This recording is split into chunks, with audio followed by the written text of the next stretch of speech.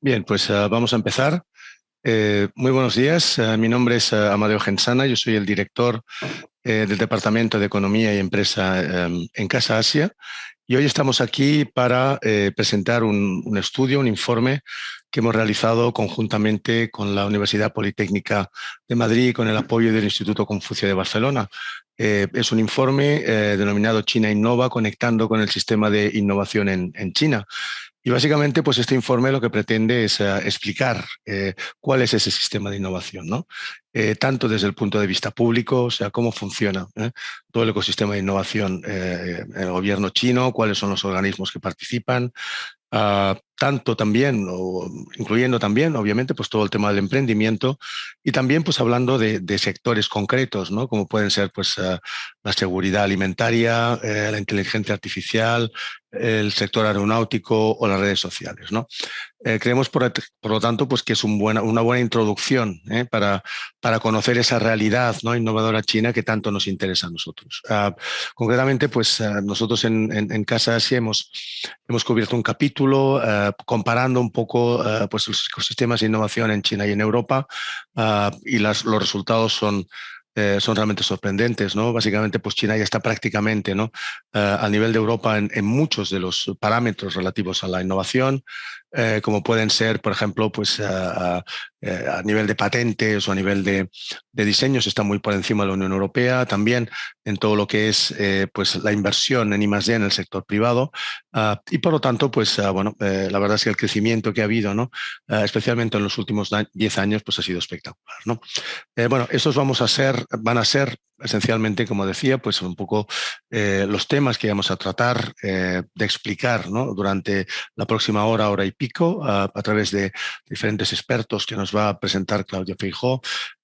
Y a continuación, bueno, pues me gustaría darle la palabra al señor Li Peihua, quien es el director del Instituto de Confucio en Barcelona. Director, por favor, adelante. Sí, sí, de acuerdo. Muy buenos días a todos, sobre todo a los panelistas y a los invitados a participantes. Mi nombre es Li Peihua, soy director chino de la Fundación del Instituto de Confucio de Barcelona. Hoy día el tema es muy interesante, China Innova. A mí voy a poner algunos números para empezar. En 2020, China ha producido más del 60% de los productos de consumo del mundo y más del 70% de los televisores en color y teléfono móvil del mundo y más del 90% de las computadoras con etiquetas como hecho en China. En la década 80 y 90 del siglo pasado, las marcas chinas se han basado en guerras de precio, pequeñas ganancias pero rápida rotación y un crecimiento bárbaro con economía de escala y mano de obra de bajo costo. Pero este modelo pronto llegó a su fin, lo que obligó a hecho en China a actualizarse a creado en China. Como concepto con una rápida connotación, hecho en China ha reemplazado gradualmente por creado o innovación en China y es ampliamente reconocido por el mundo. A diferencia de lo que he hecho en China, la creación china se realiza principalmente a través de la innovación y los avances tecnológicos para lograr mejoras integrales en la calidad, rendimiento y la apariencia del producto en sí, de modo que los consumidores puedan ver y experimentar las innovaciones y estimular su deseo de comprar. Innovación china es una innovación en multicampos igual que otros países. Hoy día tocamos este tema, discutimos el tema y hemos invitado a los expertos para ampliar sus estudios. Yo creo que es una mejor oportunidad para entender cómo es la innovación china. Y hay muchos extranjeros, sobre todo los jóvenes, no tienen mucho sentido sobre China. Y a través de este seminario, creo, vamos a conocer más profundo la innovación de China. Muchas gracias. Igual que otros países. Muchísimas gracias, profesor Li Peihua. Y ahora pues me gustaría introducir a a Claudio Feijóo, quien es realmente un gran amigo de la casa y al que agradecemos pues, profundamente bueno, pues toda la colaboración que obtenemos tanto de él como del Sinocampus, ¿no? Claudio Feijóo es catedrático de la Universidad Politécnica de Madrid, es además codirector del campus sino-español en la Universidad de Tongji. Quizá pues, ahora nos podría explicar en un momento qué es lo que es, y además director de Asia, ¿no? En la UPM. Claudio, adelante, por favor. Muchísimas gracias. Y lo primero de todo, bueno, muchas gracias a Casa Asia por organizar este magnífico evento, porque justo es el momento, ¿no? Como decía el profesor Li Peihua, es el momento, ¿no? de hablar de innovación y de hablar un poco de esta relación con China. Y también creo que Casa Asia hace magníficamente, ya lo sabéis de sobra, en un poco poner el foco, ¿no? En este ámbito de la innovación. Y he tenido además la fortuna de coordinar junto con Guillermo Martínez, Amadeo Gensana, este volumen. Bueno, entonces, ¿por qué estamos aquí, no? O sea, ¿cuál es el motivo, ¿no? de que pensemos que podemos decir algo o aportar algo, ¿no? a lo que sucede en términos de innovación en China? Bueno, sobre todo la experiencia, ¿no? un poco de la universidad que representa. Yo personalmente he vivido en China 7 años y lo he hecho trabajando con las mejores universidades de tecnología de China. O sea, que realmente mi día a día era construir proyectos conjuntos de investigación y de innovación. Y bueno, pues con éramos capaces, o somos todavía, ¿no? Capaces de construir unos 10, 15 proyectos anuales nuevos, ¿no? de investigación e innovación, y obviamente pues te permite entender mucho las cosas. Y de hecho de hacer proyectos un poco individuales hemos llegado a tener una plataforma, como has mencionado, Amadeo, que es el Sino-Spanish Campus, que tiene la base en la Universidad de Tongji en Shanghai, y del que participan otras universidades del ámbito hispánico, ¿no? De hecho, el otro socio cofundador es la Politécnica de Cataluña, y luego tenemos también otros socios como el TEC de Monterrey, y tenemos otros candidatos que se están sumando, ¿no? Para tener una plataforma desde la cual hacer sobre todo pues docencia, pero colaboración académica y con un foco pues hacia la investigación y la innovación. Además de esta plataforma, como un poco éxito o resultado de la plataforma, pues tenemos algún centro conjunto de investigación en China. Hay varios que están firmados, pero digamos, por ejemplo, el más activo ahora mismo es uno de genómica de plantas, un ámbito de colaboración en el ámbito pues eso, de la agricultura, de la ingeniería, ¿no? Sobre la agricultura, que yo creo que tiene muchas posibilidades conjuntas. Tenemos un programa de incubación para emprendedores y startups en Shanghai. Está aquí Laura, luego la presentaré, que es la persona que lo lleva. Y pronto, esperamos, y Xavier y yo pues también tenemos mucho que ver en eso. Pronto tendremos un centro de innovación conjunto en Nanjing, si nada cambia, ¿no? Entonces, bueno, sobre estas bases, pues bueno, pienso que hay alguna cosa de interés, ¿no? que podemos decir sobre China. Y lo primero que quería decir es que cuando me han preguntado muchas veces, ¿no? por estos años de vivir en China, me han preguntado, oye, ¿qué sucede? ¿Qué está pasando, ¿no? en China con la innovación? Y yo siempre digo una cosa, y es que en muchos sentidos China está en el futuro, ¿no? De alguna manera China está confrontando problemas que nosotros también tenemos, pero va por delante, ¿no? Está dando respuestas a estos problemas, y es algo que probablemente tiene mucho interés si lo escuchamos. Son todo grandes cuestiones, ¿no? Y todas ellas giran en torno a cuál es el mejor resultado posible del uso de la tecnología, de la innovación, ¿no? De aplicar la tecnología a problemas concretos, y cómo eso se junta con la sociedad, ¿no? ¿Qué podemos extraer de eso, ¿no? Porque a lo mejor la tecnología, la innovación no es un fin en sí mismo, sino que va más allá, ¿no? Y yo creo que esa es una de las cuestiones centrales que tiene China en ese futuro, ¿no? Y por tanto es un poco también el tema en el fondo del que va este volumen, ¿no? De intentar aprender algo de esos procesos que están en algunos casos, si no en muchos, por delante de nosotros. Los mismos problemas, quizá con otras respuestas, pero mucho que aprender, ¿no? Bueno, sobre esto, 2 observaciones importantes. La innovación es importante para todos los países. No hay ningún país que pueda permitirse el lujo de decir que no le importa la innovación. Pero yo creo que China ha hecho un esfuerzo particular para ponerlo en el centro de sus planes de futuro. Y con una lógica que es muy fácil de entender.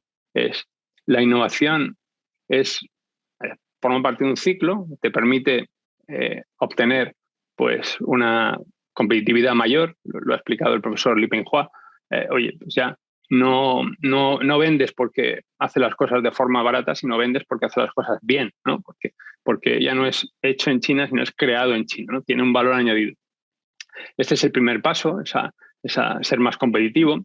Hay un segundo paso, que es convertir esa competitividad en productividad, ¿no? Ser más capaz de, con los mismos factores, llegar más lejos que otros, ¿no? Ese es el siguiente paso. Y el último es convertir esto en liderazgo, ¿no? Ser un poco el que va por delante. Ese es un poco el ciclo que todos los países pienso que tienen o entienden, y es el motivo por el cual apuestan por la innovación como el mecanismo que les va a llevar por ese camino de competitividad, productividad y luego liderazgo. Pero en el caso de China, pues eso está codificado y quizá por tener planes, ¿no? quinquenales, por ejemplo, eso está muy claramente expuesto, ¿no? Forma parte del proceso. Esa es la primera observación. Y la segunda observación, que también lo ha dicho el profesor Li Pinghua, es si para todos los países es importante la innovación, para China es más, porque es la forma de intentar escapar de esto que se llama la trampa de los ingresos medios, ¿no? O sea, las razones que te han llevado a desarrollarte económicamente, de ser capaz de utilizar mano de obra y producir relativamente barato, son las mismas razones que no te dejan salir de un cierto nivel de ingresos. Si quieres salir de ese nivel de ingresos, necesitas la innovación. Es una de las recetas típicas para pasar a un siguiente nivel, a un nivel de ingresos altos, ¿no? Entonces, si para todos los países la innovación es importante, en el caso de China yo creo que es incluso más importante. Estas son un poco las cuestiones de fondo, ¿no? Que están, o las motivaciones que están en haber un poco coordinado, ¿no? Haber impulsado el que este volumen exista, ¿no? Y es donde están un poco los aprendizajes. A partir de estas bases, yo lo que voy a hacer es algunas observaciones que están también, son comunes a todos los capítulos, que pienso que pueden tener algún interés, ¿no? Y que están también en la parte introductoria que presenta el volumen, ¿no? Lo primero, y yo creo que son cuestiones de las que tenemos mucho que aprender, ¿no? Lo primero es la dimensión territorial. Esto es una cosa que creo que Amadeo ha insistido cuando nos hemos reunido y hemos hablado varias veces. Ha insistido mucho y creo que es algo muy importante, ¿no? Hay una importancia de las políticas, por supuesto, pero hay una importancia de las implementaciones de esas políticas en el nivel local y regional. China es un país enorme. Entonces, sin esa participación de lo local y lo regional sería imposible implementar nada, ¿no? Entonces, esos procesos que son un poco una mezcla a veces de colaboración con competencia en el nivel local y regional en China son muy interesantes y pienso que hay mucho que aprender, ¿no? Hay, digamos, una dinámica positiva en China, yo siempre lo digo, donde todo el mundo quiere ser el primero de la clase, ¿no? Entonces eso tira hacia adelante, ¿no? de esas políticas, ¿no? El querer implementarlas para ser un poco los mejores, ¿no? Entonces yo creo que esa dimensión territorial es importante. De la dimensión territorial, o forma parte de la dimensión territorial, esta idea también muy típica de la economía, ¿no? de crear clústeres, ¿no? de acumular recursos, talento, capital, infraestructuras en algunos lugares concretos y de esa manera pues, hacer que esta maquinaria de la innovación arranque, ¿no? Eso también creo que es algo de lo que hay mucho que aprender de las políticas que está implementando China. Ese es un primer tema que está también común a todos los capítulos. Un segundo es algo que es muy de actualidad, que es la creciente relevancia de la regulación de los sectores tecnológicos, ¿no? Todos nos preguntamos cuál es la forma que esta tecnología, la innovación, tiene para contribuir a la sociedad. Y sobre todo nos preguntamos cómo contribuye a la equidad de la sociedad. Este es un tema que es ahora mismo, yo creo, el tema central en China. O sea, aparte de generar innovación, pero es también cómo hacemos que esta innovación, que esta tecnología contribuya a una sociedad mejor, a una sociedad pues, más equitativa. En ese sentido hay varios capítulos que lo tratan, pero yo diría que el capítulo de la educación en el libro pues es particularmente revelador. Cómo las innovaciones en el sector educativo no deben verse aisladas, sino que forman parte de un proceso social. Entonces hay que pensar cómo queremos utilizar esas innovaciones para una sociedad mejor.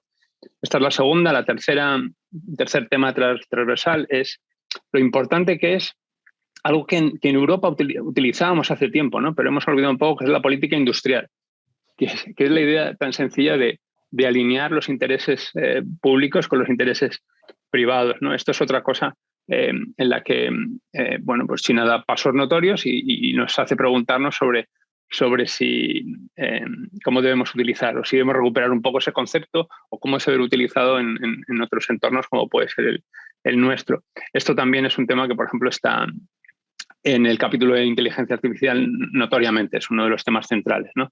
Es una tecnología más avanzada y cómo se alinean aquí intereses públicos y privados y qué podemos aprender de todo ello.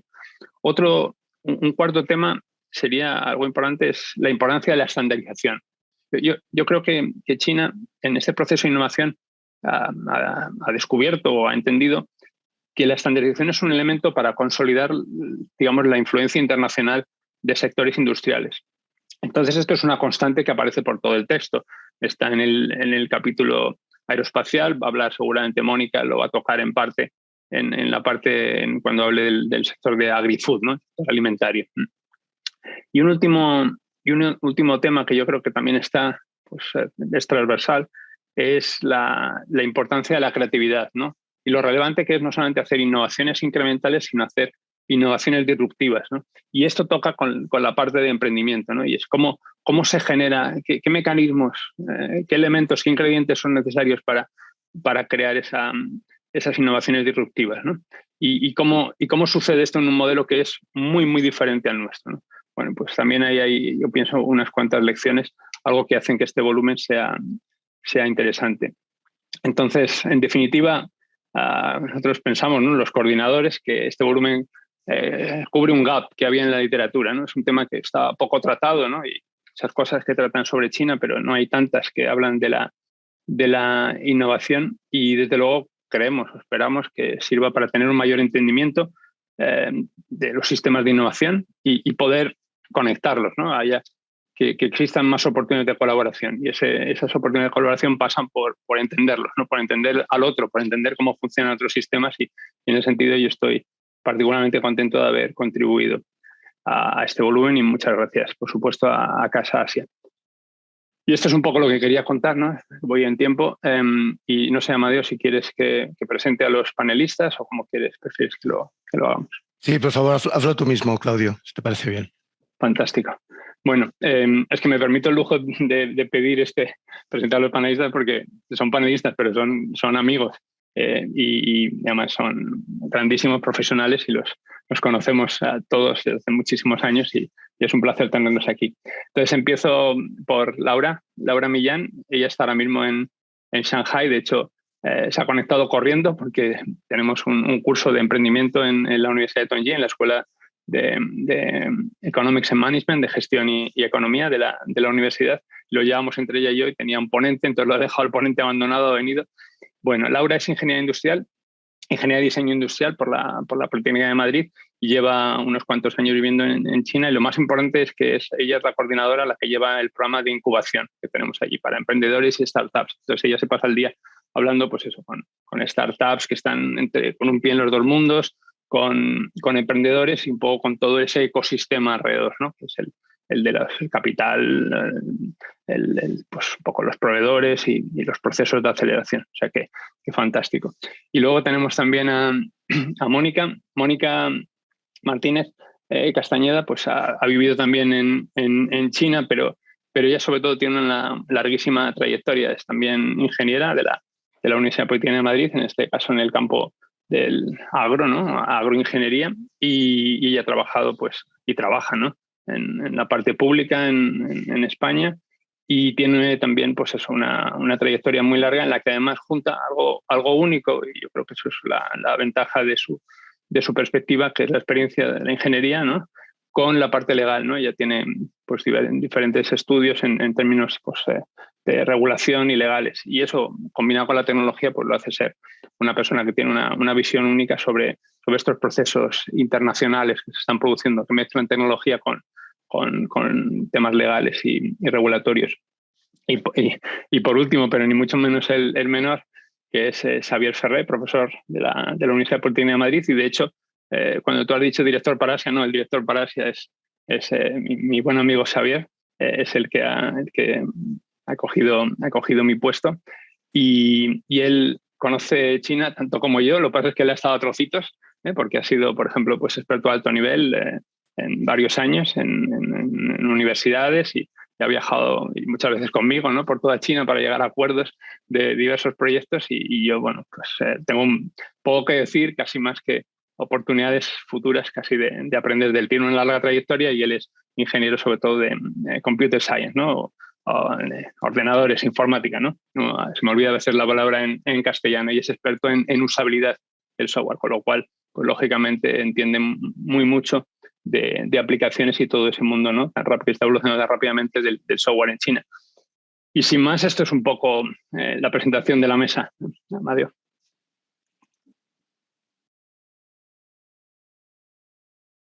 Muy bien, pues muchísimas gracias, Claudio, por la presentación. Y si te parece, seguimos un poquito el orden que teníamos establecido en la presentación y me gustaría pues darle la palabra a Xavier para que inicie su presentación. Muchas gracias, Amadeo.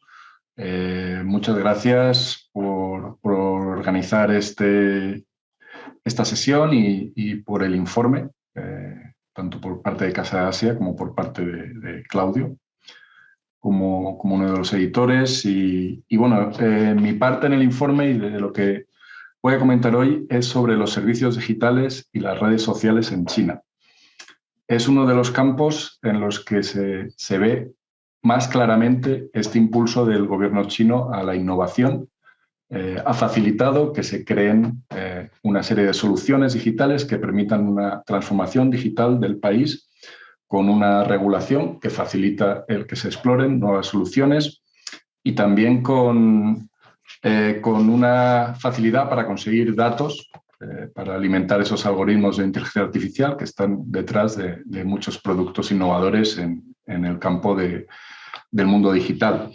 En este entorno, aparte de ese alto grado de innovación, como han comentado el profesor Li Penhua y Claudio, también hay una competencia feroz entre todos los jugadores. Es un mercado muy interesante, 1.400 millones de personas y un porcentaje muy alto de ellos con un teléfono smartphone. Y eso ha hecho que se haya introducido el mundo digital en el día a día de China. Esta gran competencia también ha llevado en lo que es mi área de experiencia, la usabilidad, la experiencia de usuario, a un muy buen nivel en las aplicaciones móviles y ha servido también para explorar nuevos conceptos. Uno de los más interesantes es el de las super apps, que consisten en la diversificación de las funcionalidades que ofrece una sola aplicación móvil y la integración de soluciones de distintos proveedores, no solo de una única empresa, y que permite, por ejemplo, cosas como a mí me pasó en mis estancias como profesor visitante en China, en la Universidad de Tongji. En 2013-2014 me proporcionaban una tarjeta monedero con la que uno hace la vida en el campus, come en la cantina o coge el autobús que traslada entre los distintos campus. Y lo que había que hacer para recargar esa tarjeta era o bien utilizar un kiosco, una máquina, que estaba todo en chino, o ir a una ventanilla en un edificio, en un lugar remoto del campus, que abría ciertas horas para pagar en efectivo.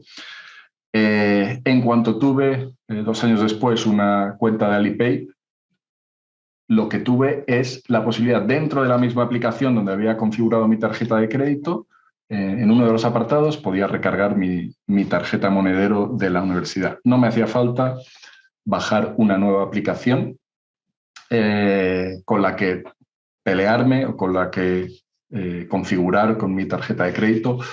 Y eso hace que una aplicación que sea únicamente, en principio, pensaríamos para transferir dinero, Alipay, que es la aplicación o la plataforma número 1 de pago por móvil en el mundo, pues que también te ofrece no solo este servicio de recarga monedero, sino también las posibilidades de pagar la factura de la electricidad, del gas, te permite reservar billetes de tren o de avión, te ofrece servicios financieros, te ofrece la capacidad también de transmitir o de transferir dinero entre particulares y ofrece una serie de servicios, un abanico muy amplio, que aprovecha incluso el gobierno para estas super apps para dar soluciones al caso que estamos ahora de la pandemia, para hacer el rastreo de contactos y el ofrecer un código QR, sería como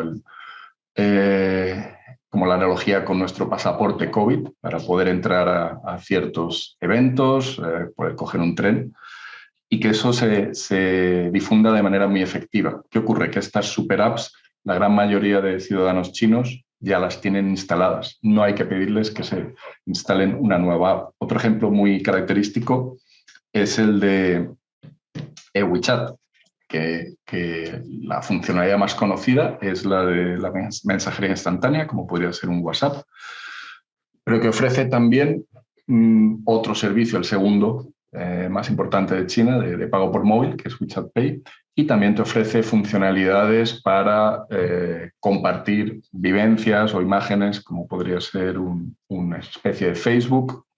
Ofrece el sistema de videoconferencia, ofrece la posibilidad de pedir un taxi, pedir comida a domicilio, muchos servicios que están en una sola app. Ofrece también una facilidad para las empresas de tener un mini programa y llegar así a sus clientes y conectar con ellos de una manera mucho más fácil y mucho más económica de lo que sería el contratar un servicio de hosting. Y WeChat es una herramienta que se puede usar tanto en el entorno personal como profesional para conectar con las personas con las que se quiere uno comunicar, y con una idea del concepto del producto muy simple que se basa en dos conceptos.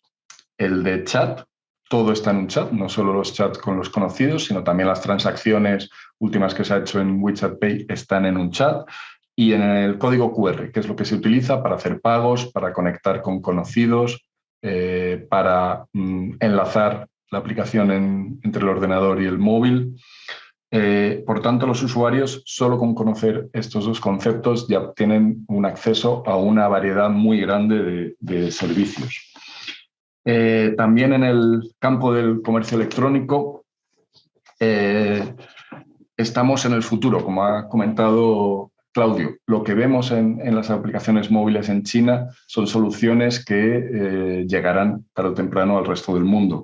En este campo del comercio electrónico tenemos el cambio de una aplicación en la que el usuario o el cliente entra cuando quiere comprar algo, a una serie de incentivos como puede ser minijuegos, un programa de puntos por check-in que ofrecen descuentos para acostumbrar al usuario a que entre regularmente en la aplicación, no solo cuando quiere comprar algo.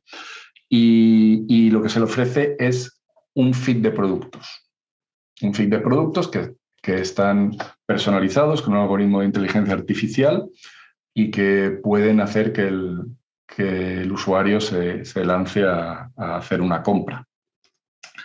Y una de las ideas principales o las aportaciones principales en este campo es que se ha fusionado el comercio electrónico con las redes sociales. Precisamente con esta idea de fomentar que el usuario acceda a la aplicación regularmente, como hace con una aplicación de redes sociales. En las redes sociales se tiene una figura también de lo que podríamos llamar influencers en Occidente. Allí son Key Opinion Leaders o líderes de opinión, y la característica que tienen principal es que están muy organizados, tienen una tabla de precios que se puede cobrar a los patrocinadores que quieran trabajar con ellos, a las empresas que quieran difundir sus productos, según los millones de seguidores que tienen, según el campo concreto al que se dedican, que puede ser moda, lujo, tecnología, etcétera. Y tienen un grado muy alto de profesionalidad, cuentan con una oferta de servicios, pueden diseñar la estrategia de marketing, organizar concursos, y hacer un video review, incluso colocar un producto en el campo visual de vídeo. Y sí tienen unos altos estándares para no defraudar a sus seguidores. Y un concepto también novedoso en este campo es los eventos de live commerce, donde se combina como un programa de teletienda con un maratón, con descuentos inmediatos para fomentar la compra entre todos sus seguidores que presencian estos eventos. Como conclusión en este área, tenemos que lo que se hace en las redes sociales no es una copia de lo que podemos ver en redes sociales y comercio electrónico y servicios digitales en el resto del mundo, sino que fusionan conceptos, los reinterpretan, reinventan cosas y esa gran vitalidad del mercado de servicios digitales en China nos puede servir de referencia para lo que podemos ver en nuestros servicios digitales en el resto del mundo, en el futuro. Y esta es mi intervención. Muchas gracias. Pues, muchísimas gracias, Xavier. Después tendremos un turno de preguntas que de hecho pues podéis ir enviando al chat ya si queréis, y si no, pues iniciaremos nosotros un diálogo. A continuación me gustaría darle la palabra a Mónica Martínez. Ella es vocal asesora de gabinete técnico de la Subsecretaría en el Ministerio de Derechos Sociales y Agenda 2030. Mónica, por favor, adelante. Buenos días, Amadeo. Buenos días a todos y a todas. Es un placer para mí estar hoy aquí. Quiero dar las gracias especialmente a Casa Asia por permitirnos presentar este capítulo que en su día redactamos Claudio y yo a través de una invitación que nos hizo Casa Asia a participar y poder poner las particularidades del blockchain y los descubrimientos que habíamos estado haciendo. En concreto, yo había empezado a hacer la tesis durante los años que pasé en China, la tesis doctoral en la Universidad Politécnica, y debo decir que fue gracias a esa estancia en China que descubrí la tecnología blockchain. Si hubiera estado en España, no la había descubierto. En ese momento, cuando inicié mi tesis, uno de los aspectos en los que yo estaba más interesada era en analizar que digamos que mi trabajo de investigación sirviera también para solventar los problemas a los que se estaban enfrentando las empresas españolas que estaban participando en China. Debo decir que mi tesis comenzó por un tema fiscal, pero poco a poco me fui dando cuenta de que los problemas muchas veces estaban derivados de la adaptación a los requisitos, a estas estandarizaciones que se estaban pidiendo, de las que ha hablado Claudio, desde China a las empresas españolas. Y en concreto, mi interés también estaba en ese momento en estudiar la generación de la cadena de valor, la generación de valor en el sistema agroalimentario, de los alimentos que se producían en España y que llegaban a China, y luego incluso desde los propios alimentos que se producían en China, cómo se estaban identificando esas cadenas de valor y qué puntos críticos había, ¿no? Y detrás de todo eso descubrí la tecnología de blockchain. Entonces, la tecnología de blockchain, de pronto me di cuenta que China era puntero en el mundo en la aplicación de esta tecnología. ¿Y por qué en China? Realmente la tecnología blockchain se generó en China por una iniciativa privada, porque el crecimiento en China había sido muy grande y la seguridad alimentaria no se había desarrollado al ritmo que se había desarrollado el comercio, el abastecimiento de alimentos a la población, ¿no? Que había tenido un crecimiento exponencial en el poder adquisitivo en los últimos años. Entonces, había habido varias, no sé si recordáis, que había habido varias crisis alimentarias, hubo una crisis muy importante de contaminación en leche en polvo de niños. Y luego también hubo la crisis de la peste porcina. Entonces, de pronto el consumidor, que además imaginaros el volumen de consumidor que supone China, y un consumidor cada vez con mayor poder adquisitivo, quería estar seguro de la procedencia de los productos, de dónde venían, de que tuviera garantías sanitarias suficientes. Entonces fue la cadena, en 2016, una cadena americana, Walmart, y fue la que tuvo entonces la iniciativa a través del Food Safety Center en Beijing y con la Universidad de Tsinghua y precisamente la cadena GD de comercio electrónico, que Xavier Ferrer también ha hecho alusión, fueron los que impulsaron el primer proyecto que se hizo con IBM para establecer esas cadenas de blockchain, ese sistema, para asegurar la calidad, la trazabilidad de la carne de cerdo y el origen de la carne de cerdo y darle unas garantías a los clientes que fueran completamente seguras e independientes. Sabéis que los tokens de blockchain, en el momento que se perfeccionan, no se pueden alterar y además se pueden introducir huellas de tiempo y huellas de localización. Entonces, imaginaros las garantías que tiene esta tecnología para la cadena alimentaria. Podemos identificar determinados puntos críticos, que son los que vamos a identificar nosotros en función de las necesidades, y además podemos introducir estas huellas de tiempo y de localización.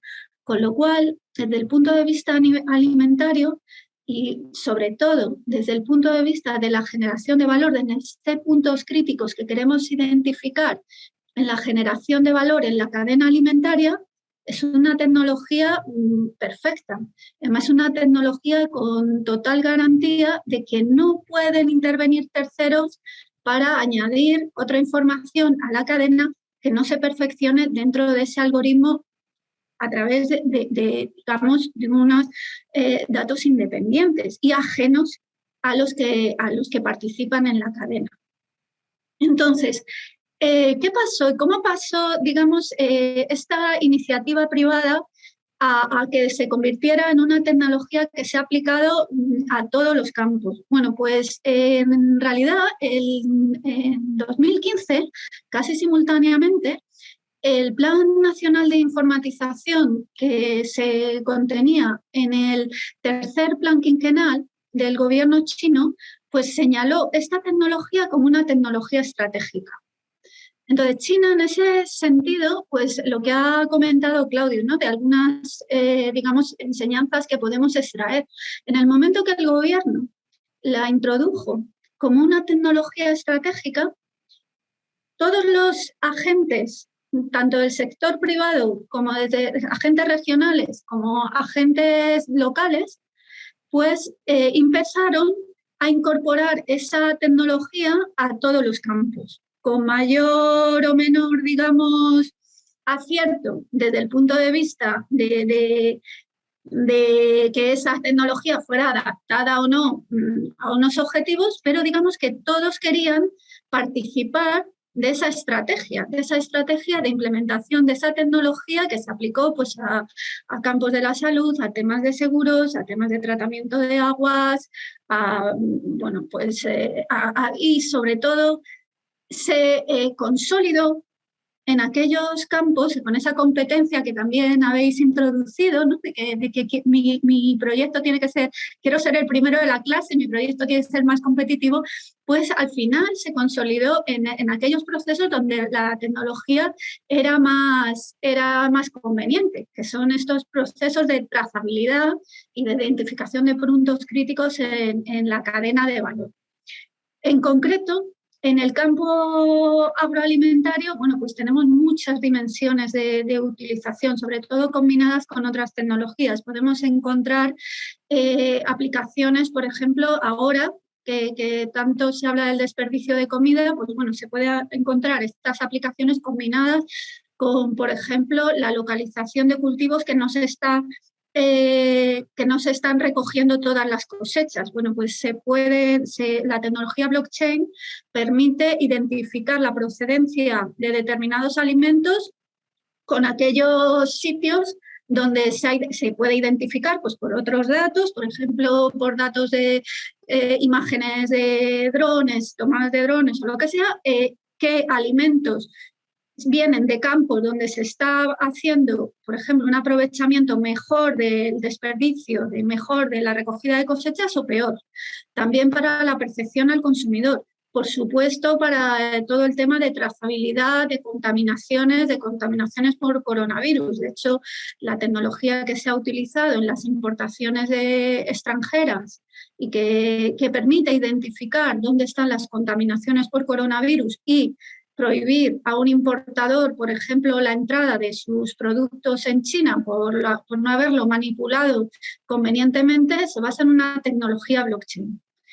Y aquí también es un desafío para nosotros porque China tiene perfectamente desarrollada esa tecnología con sus plataformas, sin embargo, nosotros no, nos tenemos que incorporar a esa tecnología, con lo cual las reglas del juego solamente vienen desde un lugar y a la hora de la estandarización sería muy interesante que hubiera unos estándares comunes o por lo menos un entendimiento que nos permitiera estar en una situación de igualdad de todo eso.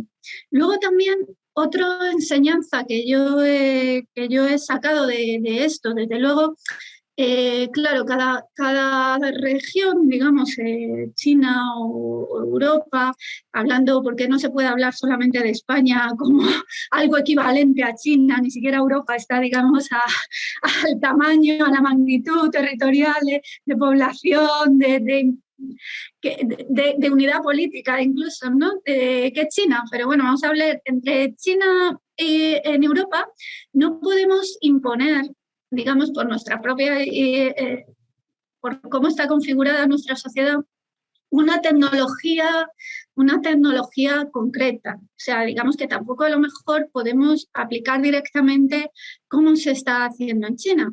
Pero sí que es verdad que hay muchas señales, muchas directrices que nos llevan a esa tecnología. Por ejemplo, no vamos a hablar del coronavirus porque todo lo ha cambiado, pero en el programa de estabilidad de 2019, en la recomendación que da el Consejo, la recomendación de junio de 2019 para España, una de las indicaciones que habla para combatir el déficit público que irremediablemente vamos a ir aumentando, es que necesitamos resolver, necesitamos para crecer, mejorar el desarrollo tecnológico.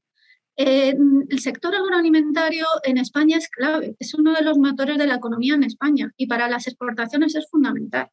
Entonces, que nosotros desarrollemos una tecnología que mejora el posicionamiento, que identifica también dónde se produce la generación de valor en las cadenas agroalimentarias, que es nuestro principal sector, que además da una transparencia de todo esto, ahora que estamos hablando de la inflación, de la concentración digamos, de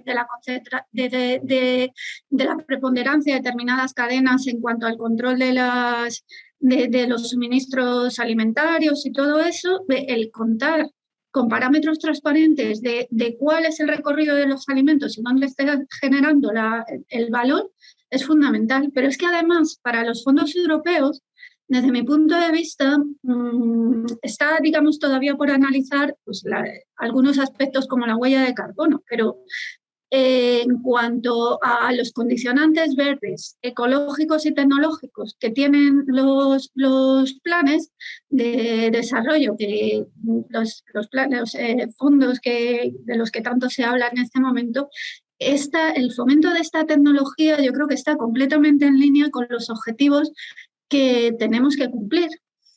Entonces, bueno, pues ahí queda este mensaje que sobre todo, bueno, pues hay muchas lecciones que podemos aprender de China porque ellos ya las están aplicando y bueno, y animo también a que tanto desde la empresa, como hacen en China, desde la empresa privada, desde las instituciones públicas, bueno, pues pongamos nuestro granito de arena para también facilitar a los operadores en el ámbito regulatorio, en el ámbito, todo lo que se le puede proveer digamos, un operador privado para que incorpore esta tecnología puede ser muy positivo para este desarrollo y, en definitiva, para paliar ese déficit digital que en esta tecnología en concreto España tiene frente a China.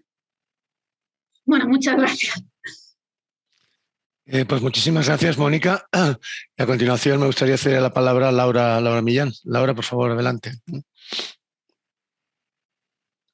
Bueno, muchísimas gracias, Amadeo, y a todo el equipo, porque realmente me parece una iniciativa fantástica, como comentaban mis compañeros, ya que hay, como vemos, pues yo también lo he vivido en primera piel, un desconocimiento de todo el ecosistema de China, y me parece que esta iniciativa pues cubre ese gap que hay. Entonces, yo vengo a hablar del capítulo sobre el ecosistema de emprendimiento en China que hice junto a mis compañeros pues, Claudio Feijóo y Cristina Armuña. Y entonces, en este capítulo lo que hacemos básicamente es analizamos y hablamos sobre el modelo de crecimiento de China que comentaba, el modelo de crecimiento económico de China que comentaba anteriormente Claudio, con base pues, en el emprendimiento y en la tecnología. Cuáles son las estrategias, hablamos un poco de los planes quinquenales y analizamos pues, todos los elementos relativos a lo que sería la innovación dentro de los ecosistemas de emprendimiento utilizando el modelo de Babson College. Entonces, pues intentamos cubrir los 6 diferentes ámbitos que son pues, políticas públicas o marco macropolítico. También tenemos pues, el área de finanzas, el área de cultura, que siempre es un poco complejo. También damos un punto de vista general a la infraestructura, del apoyo y al soporte de, de estas estrategias que se dan hacia el emprendimiento. Luego hablamos del capital humano y del mercado en sí. Entonces, bueno, como veis es un capítulo muy ambicioso, pero yo creo que está explicado de una manera general y muy simplificada. Entonces, pues ahora había pensado en ir un poco de manera general punto por punto, que así es como está estructurado nuestro capítulo.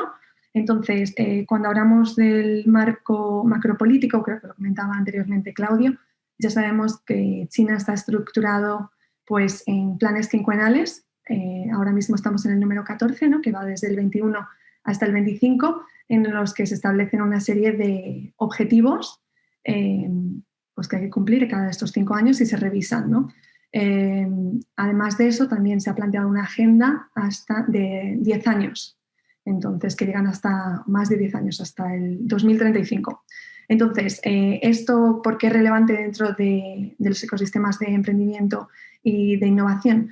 Pues porque vemos en este plan quinquenal y en los anteriores también, no es una sorpresa, la innovación como centro de base tecnológica, que también lo comentaba Claudio, y como motor de crecimiento económico y de empleabilidad. Entonces, pues empezamos hablando de esto en el capítulo, ¿no? Es decir, vemos pues cómo se quiere hacer que la innovación pues impulse el crecimiento, ¿no? Para obtener estas ventajas del desarrollo y, como comentaba Claudio, pues salir de esta middle income trap, ¿no? También hablamos del modelo de doble circulación, ¿no? En el que China intenta pues, no perder la oportunidad de liderar pues, todo el comercio internacional, ¿no? Pero también hay un énfasis, algo novedoso, que es esta internacionalización, ¿no? Pues para a lo mejor industrias estratégicas o claves y llevado un poco hacia el concepto de autosuficiencia, que es especialmente relevante ahora en tiempos de COVID, cuando pues, bueno, a nivel macropolítico pues, hemos visto ¿no? los problemas de la falta de autosuficiencia de pues, algunos países. Entonces, pues sí que hay una tendencia a esta autosuficiencia y esto también se ve reflejado en pues, los ecosistemas de emprendimiento, por supuesto. También dentro de este marco, pues analizamos pues todo el mercado económico, el mercado interno, que siempre a nuestras startups y a empresas internacionales pues suena muy apetecible, ¿no? Porque los números, claro, ya no es 1 millón, que es algo que siempre nos llamaba la atención a nosotros, bueno, de cuando le dices a tu familia, ¿no? Me voy a un pueblecito y te dicen, ¿cuánta gente en este pueblecito? Y tú, bueno, pues 8 millones en el pueblecito. Entonces también para las empresas externas de otros países y para nuestras startups, pues siempre es interesante decir, bueno, pues mi mercado potencial es de X millones. Sí, eso es verdad, los números son muy grandes, pero es un mercado muy competitivo y muy complejo. Y y bueno, en el que se está intentando proteger, especialmente en industrias claves. Y bueno, una vez dicho eso, también, aunque estamos hablando de un alto grado de planificación, también cabe decir que hay un cierto nivel de flexibilidad, ¿no? Y esto es algo que a mí me parece muy interesante, que es toda esta experimentación. Entonces, como se establece, yo creo que un poco la innovación, algunos elementos de innovación o estrategias de innovación en China es, pues bueno, hay unos objetivos comunes, ¿no?, que tenemos a largo plazo, también como ciudades, como individuos, como regiones. Entonces todos competimos un poco para resolver estos problemas, pues con diferentes soluciones. Entonces tenemos un cierto grado de flexibilidad para experimentar. Y entonces, pues cuando se cumplen una serie de objetivos y se ve que experimentos han surgido, han sido pues los más beneficiosos, estos experimentos se convierten en soluciones reales y se implementan en todo China. Entonces, bueno, esto es muy interesante, el nivel de flexibilidad, experimentación, competitividad hacia la mejora. Y bueno, y también como último, hablar de este cambio de mentalidad, bueno, también apoyado por el marco macropolítico de ya pasamos de esta imagen de Made in China, no es solo imagen, sino también estrategias, a Made in China and Design in China, ¿no? Como también, además de esta creación en China, ¿no?, pues también que haya un diseño y una alta calidad. Después también pues hablamos en otro apartado sobre las finanzas, ¿no?, pues sobre la financiación y todo el venture capital. De hecho, es que venía de, como ha comentado Claudio, de una sesión de Venture Capital y todo es espectacular, todo lo que ha cambiado, ¿no? Ya sabemos que este acceso a la financiación es uno de los elementos con mayor relevancia dentro de los ecosistemas de innovación y emprendimiento para mercados emergentes y constituye un problema hace unos años, pero desde el 2017 pues China se ha posicionado en Venture Capital en uno de los líderes mundiales. Y bueno, creo que en el capítulo comentamos el caso de Sinnovation, que es un fondo privado especializado en inteligencia artificial, y antes tuvimos el placer de tener el fundador de ChinaLink, que también es un venture capital firm que está basado aquí en Shanghai, y bueno, hace cross borders para empresas tecnológicas y también ha crecido muchísimo en los últimos años. Entonces, bueno, ¿cuál es el objetivo? Pues intentar dar formación y modernizar esta industria tradicional, ¿no? Hacia, pues, bueno, la tecnología como motor, como que comentamos, que la comentamos muchas veces, pero es esencial la tecnología como motor de crecimiento, tecnología e innovación como motor de crecimiento. Y después también hablamos de la cultura. Es súper interesante pues ver cómo, bueno, una cultura, como China ha cambiado a un ritmo tan acelerado en los últimos años, pues esto también ha tenido un impacto en la cultura. Y bueno, analizamos la tendencia de una cultura tradicional en la que se valora mucho pues este trabajo fijo, hacia pues una mayor tendencia, claro, hacia la apreciación de pues, estos perfiles emprendedores pues por parte del gobierno, ¿no?, y por los demás stakeholders, ¿no? Entonces, analizamos pues, diferentes elementos de fomento de esto para cambiar este contraste de culturas, ¿no? Bueno, y también analizamos un poco los perfiles de algunos fundadores para soportar nuestros puntos de grandes empresas aquí en China, ¿no? Entonces, bueno, hablamos un poco de eso. Después también hablamos del capital humano. Bueno, también, sí, del capital humano. Y creo que antes hablamos también de las infraestructuras y del soporte, que esto es, digamos, un poco también a lo que me dedico aquí, ¿no? Pues sí, tenemos que los planes y la estrategia es hacia estos objetivos y cómo se hace, ¿no? Cuál al final es la logística, qué infraestructuras hay y cuál es el soporte que se da por universidades, por gobiernos, por empresas privadas. Entonces, bueno, en este apartado analizamos un poco de esto. Como los números, sí que es verdad que no hay una clara diferenciación, y esto nos pasó cuando cuando empezamos a la creación de este programa de incubación de empresas extranjeras aquí en Shanghai, que no hay una clara diferenciación entre espacios de trabajo conjunto, incubadoras, aceleradoras dentro de las universidades. Entonces, bueno, es un poco confuso, o puede resultar un poco confuso. Pero sí que es verdad que si vemos los números, sí que vemos un alto crecimiento en el número de estas incubadoras, aceleradoras a lo largo de los años. Y bueno, vemos que en las ciudades de primer nivel sí que hay estas incubadoras, aceleradoras, centros de innovación, están linkeados a las mejores universidades, como pues en Tsinghua o nuestra en Tongji. Y luego también vemos en ciudades de segundo y tercer nivel pues un apoyo de estas incubadoras y aceleradoras por parte de los gobiernos regionales. Entonces, bueno, vemos muchísimos ejemplos de hackatones, competiciones, para también, además de atraer este talento, también atraer pues, esta innovación tecnológica. Entonces, bueno, no me quiero extender mucho. Luego también hablamos del capital humano, que es un punto clave, el pilar de Aquiles, nosotros, según nuestra perspectiva de todos estos elementos, uno de ellos.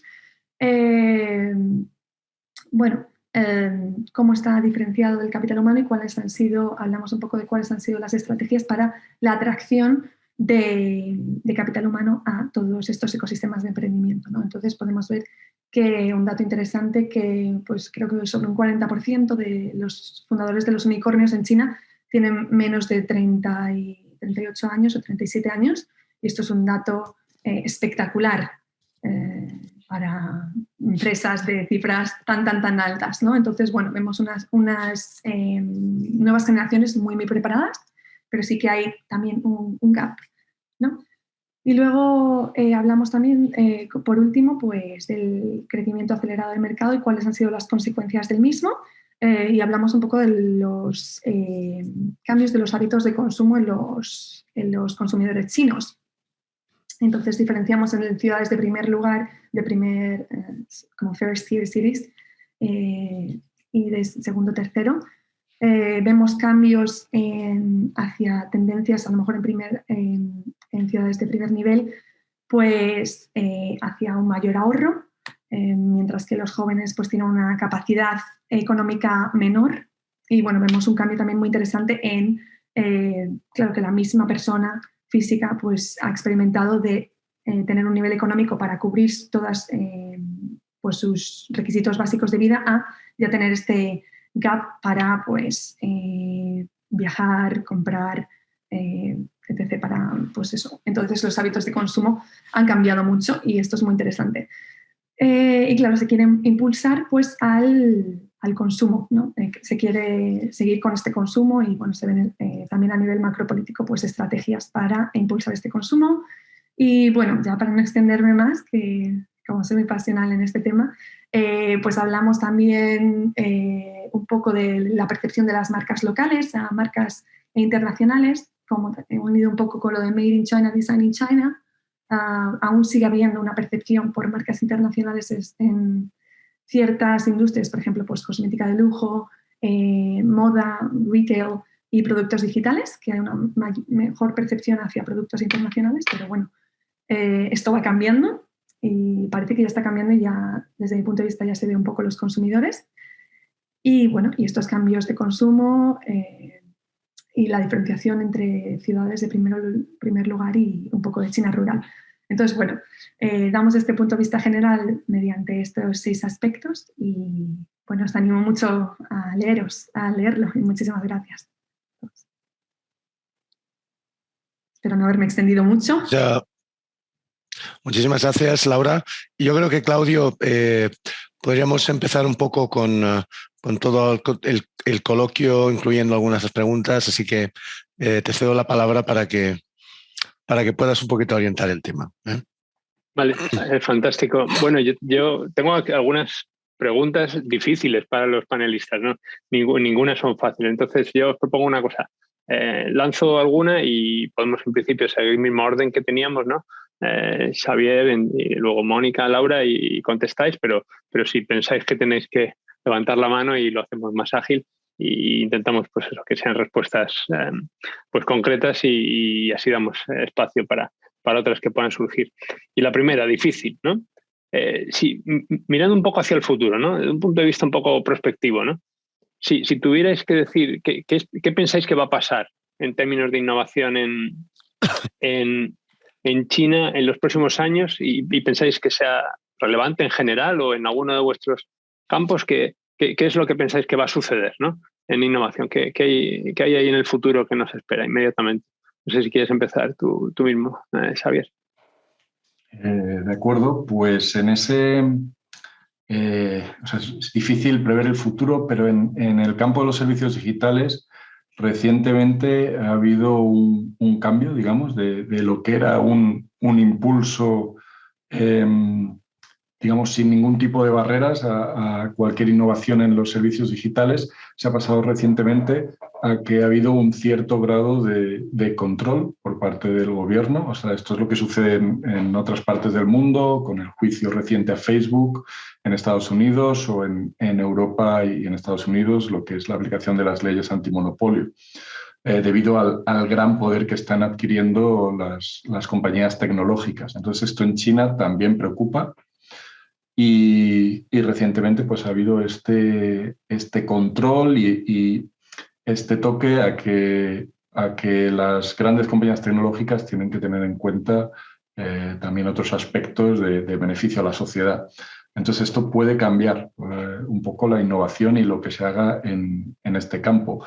De todas maneras, con el impulso que lleva y por cómo está imbricado en la cultura actual china, pues es de prever que sí sigan surgiendo estas fusiones, estas reinvenciones y estos nuevos conceptos, tanto en el área de aplicaciones móviles como en el área de redes sociales.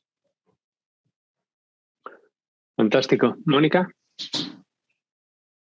Pues yo también coincido con Xavier en lo que comentaba y en concreto en el blockchain. Lo que he visto en los estudios, en los papers que se están publicando más recientes, es que se está derivando hacia aplicaciones más desde el punto de seguridad alimentaria en la parte security, más que en la parte safety, ¿no? Todo esto había comenzado por la seguridad alimentaria en cuanto a garantías sanitarias y cada vez más se están implementando esas aplicaciones nuevas, nuevos usos, sobre todo para ver el control de la procedencia de alimentos, la garantía de suministro de alimentos. Esto no es una cosa unilateral de China. Digamos que estamos en un proceso mundial, un proceso de regionalización. Entonces, un proceso, digamos, de revertir un poco la globalización que se había producido en estos años anteriores. Y un proceso también de asegurar suministro. Entonces, claro, una tecnología como esta pues es muy útil para todo eso, ¿no? Para ese tipo de políticas. También un poco en la línea de lo que decía Xavier Ferrer, de este servicio a la sociedad, se está utilizando el blockchain para evitar la concentración sobre todo de determinados operadores y sobre todo el control de determinados puntos críticos. Para, por ejemplo, lo que comentaba antes de las cosechas, es decir, en una política de una optimización del consumo de alimentos en China, no solamente en China, o sea, en España también hemos implementado esa política, ¿no? Pero se está utilizando esa tecnología para controlar dónde se está produciendo, bueno, para desarrollar, todavía no está aplicado, estas son las novedades, ¿no? que se están testando ahora para controlar dónde se está produciendo, quién es el responsable de ese desperdicio de alimentos, que el consumidor también pueda valorarlo, pero también se pueda controlar desde el gobierno, ¿no? O sea, el security también lo decía porque todo esto, desde luego, permite también un control y un orden desde el punto de vista gubernamental. Y esa línea es la que yo he visto que más recientemente se está desarrollando, en concreto en la tecnología blockchain aplicada a la industria agroalimentaria. Y vuelven a ser un poco estos esquemas, ¿no? De política industrial, ¿no? De innovación que está imbricada en una política industrial. Y yo, por supuesto, animo a todos los participantes a que escriban. Tenemos alguna pregunta ya que la voy a enlazar, ¿no? Mientras hacemos el diálogo, o sea que no, ni mucho menos la he perdido, pero si hay cualquier otra, pues por supuesto, ¿no? Laura, ¿cuál es tu opinión, ¿no? Sobre lo que puede suceder? Difícil. Pues yo creo que tengo 4 puntos muy simples, muy sencillos. El primero, que yo creo que todos estamos de acuerdo en que Shanghái especialmente se va a volver un hub de innovación y un referente en cuanto a innovación, y que esto se extenderá a otras ciudades en China, ¿no? La innovación. Entonces, bueno, que va a haber, pues como tenemos siempre en mente a Estados Unidos como referente de innovación, pues que también China tendrá ahí un papel fundamental. Después, lo que comentaba antes de este cambio en el modelo de doble circulación, que va a haber una dificultad para empresas para acceder, o mayor dificultad para acceder a este mercado interno, para empresas internacionales. Después creo que va a haber, en torno a lo que comentaba de infraestructura y mecanismos de emprendimiento, va a haber una mejor y mayor estructuración de los mismos. Creo que internamente va a haber una mayor estructuración, pues, de aceleradoras, incubadoras, y que eso va a haber un embudo, ¿no? De que este embudo se va a hacer más estrecho.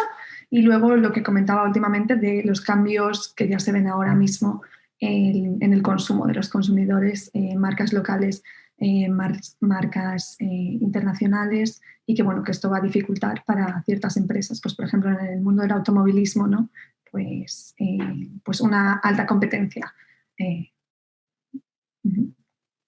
Creo que esos son los 4 puntos.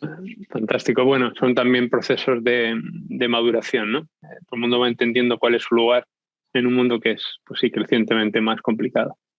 Bueno, esta era difícil, pero tengo una más difícil, una cuestión más difícil. Por supuesto, Amadeo, Guillermo, vosotros sois los jefes cuando queréis intervenir, si queréis decir algo, porque vosotros también sois autores. A ver, yo, es muy difícil, ¿no?, saber lo que va a pasar, y además es que no tengo mucha voz, con lo cual pues tampoco voy a ser breve, pero sí que veo que realmente pues hay una auténtica revolución, ¿no?, en sectores como el retail, por ejemplo, ¿no? Básicamente, pues bueno, ya el 50% de todo el comercio que se produce en China es online.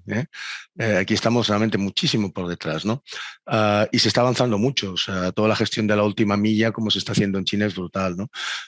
Y la integración de toda la cadena logística, ¿no? Toda la estrategia omnicanal, ¿no? Todo eso que está sucediendo en China, básicamente yo creo que están mucho más lejos, o están bastante más avanzados de lo que pasa aquí. Los sistemas de distribución, por ejemplo, pues que tienen las grandes Tmall, ¿no? Pues realmente pues no tienen nada que envidiar a Amazon, sino que realmente pues son mejores incluso, ¿no? Te transportan pues los productos por drones, o sea que básicamente ahí, como digo, pues ha habido una auténtica revolución, ¿no?, en lo que es todo el retail. Y lo mismo está pasando con el tema de la movilidad, ¿no? Toda la movilidad eléctrica. Shenzhen, por ejemplo, es la ciudad que tiene, la única ciudad, o creo que es la única ciudad en la que todo el transporte público, los autobuses son eléctricos. Existen muchas subvenciones del gobierno para el coche eléctrico, y además es que los fabricantes de baterías pues están allí, ¿no? Con lo cual, pues bueno, una gran parte de la cadena de valor pues ya se está quedando en China. O sea, a nivel de sistemas de movilidad, China yo creo que también está teniendo una revolución importante, ¿no? Todo el tema de la terciarización, de la prestación de servicios, ¿no? Por ejemplo, en healthcare. Pensemos que los hospitales están concentrados en determinados puntos, pero China es muy grande, hay mucha gente que no tiene acceso, ¿no? Y un poco pues la digitalización de los servicios médicos creo que es también un ámbito en el que se está pues trabajando muchísimo, ¿no? Y también en los servicios educativos, por ejemplo, ¿no? En todo lo que es la inteligencia artificial aplicada a la educación, ¿no?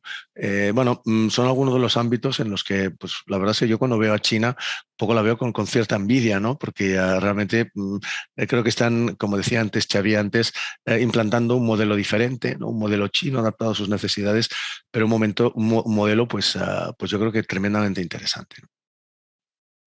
Sí, de hecho, un poco por continuar, un poco mi lectura, y va a enlazar con la siguiente cuestión que os voy a plantear, es que precisamente por estar más avanzados confrontan los mismos problemas que tenemos nosotros en esta aplicación práctica de la tecnología, en esta innovación, pero en una escala mayor, con lo cual también van por delante, no solamente en términos de utilizar la innovación, pero también en cómo responder a las consecuencias de la innovación. Y tú has mencionado casos Amadeo, muy interesantes, ¿no? En la parte, digamos, de movilidad, pues hay que crear las infraestructuras para que puedas enchufar los coches eléctricos. Hay que poner un plan para hacer eso y China lo tiene y va muy avanzado en él, ¿no? Y en el tema de retail, pues esta última milla, pero claro, la tentación, ¿no? De crear un subempleo, ¿no? En todos estos QIDs, ¿no? Que van continuamente, igual pasa aquí, ¿no?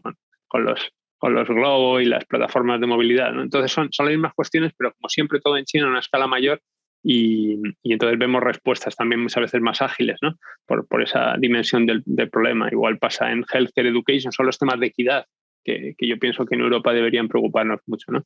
Entonces, enlazando un poco con esta discusión, la siguiente sería, y si tuvieras que elegir una lección de interés para España / Europa, ¿no? Podéis elegir un poco la perspectiva que queráis de los procesos de innovación que conocéis en China.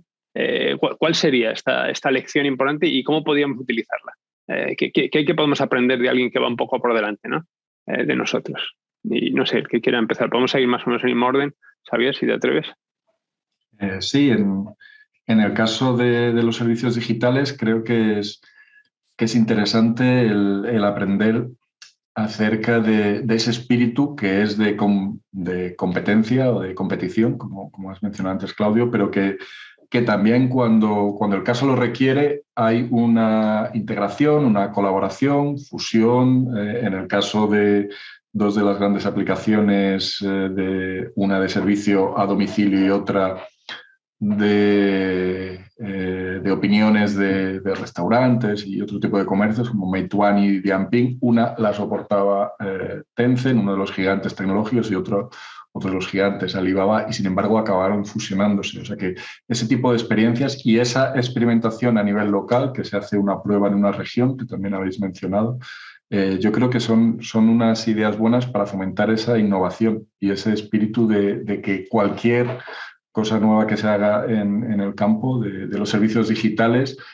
puede servir de plataforma para extenderlo a nivel global. Y entonces nos interesa no hacer seguidismo, digamos, de lo que se hace en otros sitios, sino el probar cosas nuevas aquí. Creo que eso sí puede ser muy interesante. Mónica. Bueno, una de las cosas que a mí me da mucha envidia es, en concreto en la tecnología blockchain, es, por ejemplo, que cómo han sabido hacerlo fácil.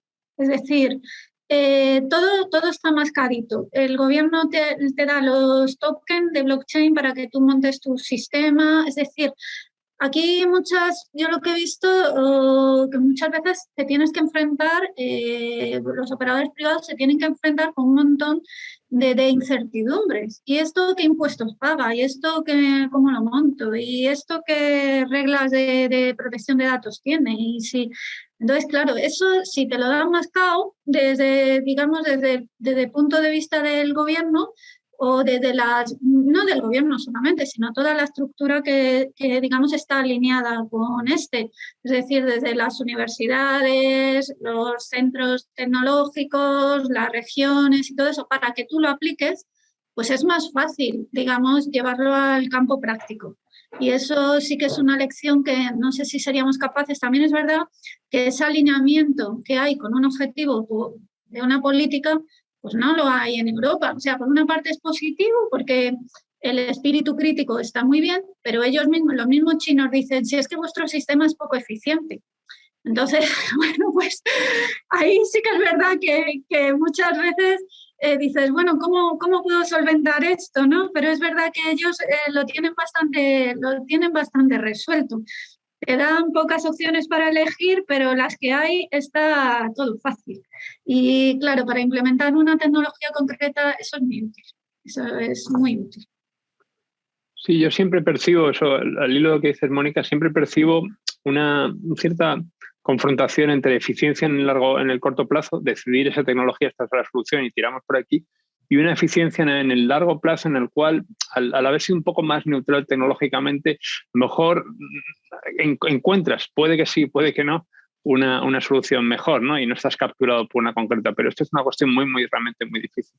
No sé, Laura, si tú tienes algo que aportar en este sentido. Pues yo me uno también, y yo creo que esto lo aprendí de ti, Claudio, un poco, a lo que comentaba Xavier de la rápida experimentación. A mí me fascina, ¿no? Porque también es un approach muy Lean Canvas de, bueno, pues lanzamos un experimento, no utilizamos muchos recursos, vemos que sale y pivotamos, ¿no? Entonces, bueno, esto lo vemos en software, pero en otras industrias fuera de China no se ve tanto. Y sí que me parece que pues esta flexibilidad, esta experimentación, esta rapidez y adaptabilidad sí que podemos aprender. Obviamente hay desventajas en algunos sectores. Pues por ejemplo en Europa tenemos pues unas regulaciones que nos protegen a los consumidores, pero a lo mejor buscar un término medio, un balance, yo creo que también podríamos aprender de eso y esa falta de miedo, flexibilidad. Y luego también yo creo que hay unas nuevas iniciativas que a mí me sorprenden mucho, muy creativas para cómo hacer un engagement, ¿no?, del consumidor por parte de marcas. Y esto me parece que aún no ha llegado a otros mercados y que es muy interesante. O sea que es tiempo de aprender de innovaciones en China y traerlas para aquí, ¿no? Que es lo contrario a lo que mucha gente piensa. Y yo no sé, Amadeo, tu opinión, ¿no? Sí, quizá incluso más transversal, ¿con qué te quedas? No, bueno, yo creo que especialmente que hemos trabajado bastante en el ámbito de los emprendedores y de las startups, ¿no? Creo que en el caso de China pues hay bastante menos aversión al riesgo y más acceso al capital, ¿no? Eso es algo que realmente envidio mucho, ¿no? Porque al final, bueno, pues te encuentras startups aquí, pues tienen muchísimas dificultades para escalar, con proyectos buenos, ¿no? Y en China, sin embargo, pues bueno, veo que realmente quizá tienen, a ver, dentro de las dificultades que hay, ¿no?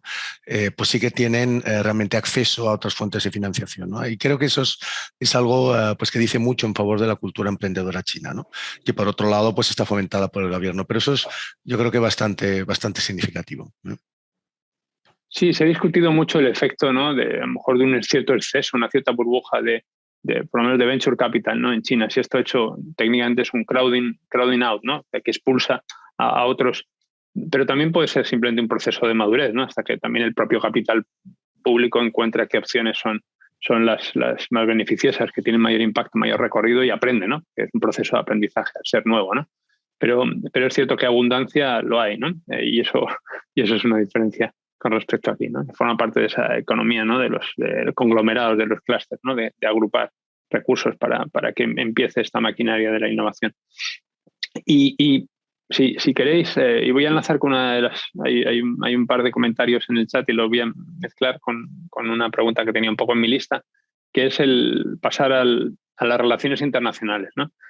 Un poco a conectar sistemas de innovación, ¿no?, a las posibilidades de colaboración con estos sistemas de innovación en China y en qué consistirían en concreto, ¿no? Según vuestra experiencia, vuestros ámbitos de trabajo, estas oportunidades, ¿no? ¿Cómo las estructurarías? ¿Qué haríais para conectar estos sistemas de innovación entre el nuestro y el suyo, ¿no? Y de hecho hay una pregunta de Susana. Por cierto, aprovecho para saludarte, Susana Toledano, que también ha estado con nosotros, con Xavier y conmigo muchas veces en China, o sea que encantado, y pregunta un poco lo fácil o difícil que es conectar estos sistemas si hay cuestiones, por ejemplo, de utilización de datos, ¿no? Y recientemente todo el mundo quiere quedarte sus datos en su parte del mundo y es más complicado compartirlos, ¿no? Entonces, ¿esto cómo cuadra? Y Javier Orduña le pone, yo entiendo que se refería a esta pregunta, le pone, y en particularmente en la industria agroalimentaria, es un poco, Javier me corrige si no es esto lo que pretendías, pero mi lectura, ¿qué sucede? O sea, que hay una derivada especialmente para ti, Mónica, ¿no? Y luego hay alguna otra cuestión más que podemos a lo mejor enlazar en la siguiente, pero podemos intentar esta. Javier, no sé si tú quieres empezar igual, mismo orden, ¿no? Sí, o sea, en el tema concreto del tema de la protección de datos, pues la legislación europea es la más estricta posiblemente de las que hay en el mundo y aunque recientemente China también ha legislado al respecto y ha endurecido esa ley de protección de datos, digamos que sí que lo que hay que hacer en cualquier proyecto que implique trabajar tanto en Europa como en China, el tener separados los datos en servidores de cada país, porque Si no, no se va a cumplir la legislación de ninguno de los dos países. Entonces hay que tener claramente separados los algoritmos de los datos. Eso en cualquier caso. Y respecto a las oportunidades de colaboración que hay a nivel internacional en este ámbito de innovación, pues a pesar de esos cambios que ha mencionado Laura en la doble circulación y de que China parece que se está cerrando, sigue habiendo oportunidades y están en que en los puntos en los que nosotros somos más fuertes, nos puede interesar para hacer una expansión internacional en China o en Asia, el probar nuestras tecnologías en casos de estudio o en pilotos en China con usuarios chinos, con sus características, no solo, pues por ejemplo, las características morfológicas, si se está haciendo algo de visión artificial aplicado a un tema concreto y se han utilizado caras principalmente occidentales. Entonces, para lanzar un producto de ese estilo a nivel mundial, interesa también hacer pruebas con caras asiáticas. Y para ello se podría colaborar. Y también hay una oportunidad, la que mencionaba antes de Latinoamérica y todo el mundo de habla hispana, que soluciones chinas que quieran adaptar al extranjero. O sea, un ejemplo de una empresa que ha apostado por eso es ByteDance con TikTok, que en China es Douyin, pues que quiera lanzar una solución al extranjero, nosotros podemos colaborar en su adaptación a nuestra cultura, a nuestro mercado, al europeo por un lado y al latinoamericano por otro. Fantástico. Mónica. Bueno, pues el tema del la protección de datos y el blockchain da para otras 2 sesiones como esta. Pero bueno, voy a intentar resumir un poco. La verdad es que en este campo y en concreto en la industria agroalimentaria, la última reforma de la Ley de Protección de Datos china sí que es relevante porque en esta nueva Ley de Protección de Datos, bueno, pues se establece que digamos que, o sea, se establece que pueda ser aplicable esta ley de protección de datos incluso a agentes que se sitúan fuera de China. Es decir, porque sean operadores que digamos sean especialmente relevantes o utilicen especialmente datos especialmente relevantes o que impliquen o que tengan incidencias sobre aspectos relevantes para la seguridad nacional. Y en concreto la alimentación y el suministro, el abastecimiento es un aspecto relevante, con lo cual estarían obligados y estarían sometidos a las disposiciones de la Ley de Protección de Datos en China.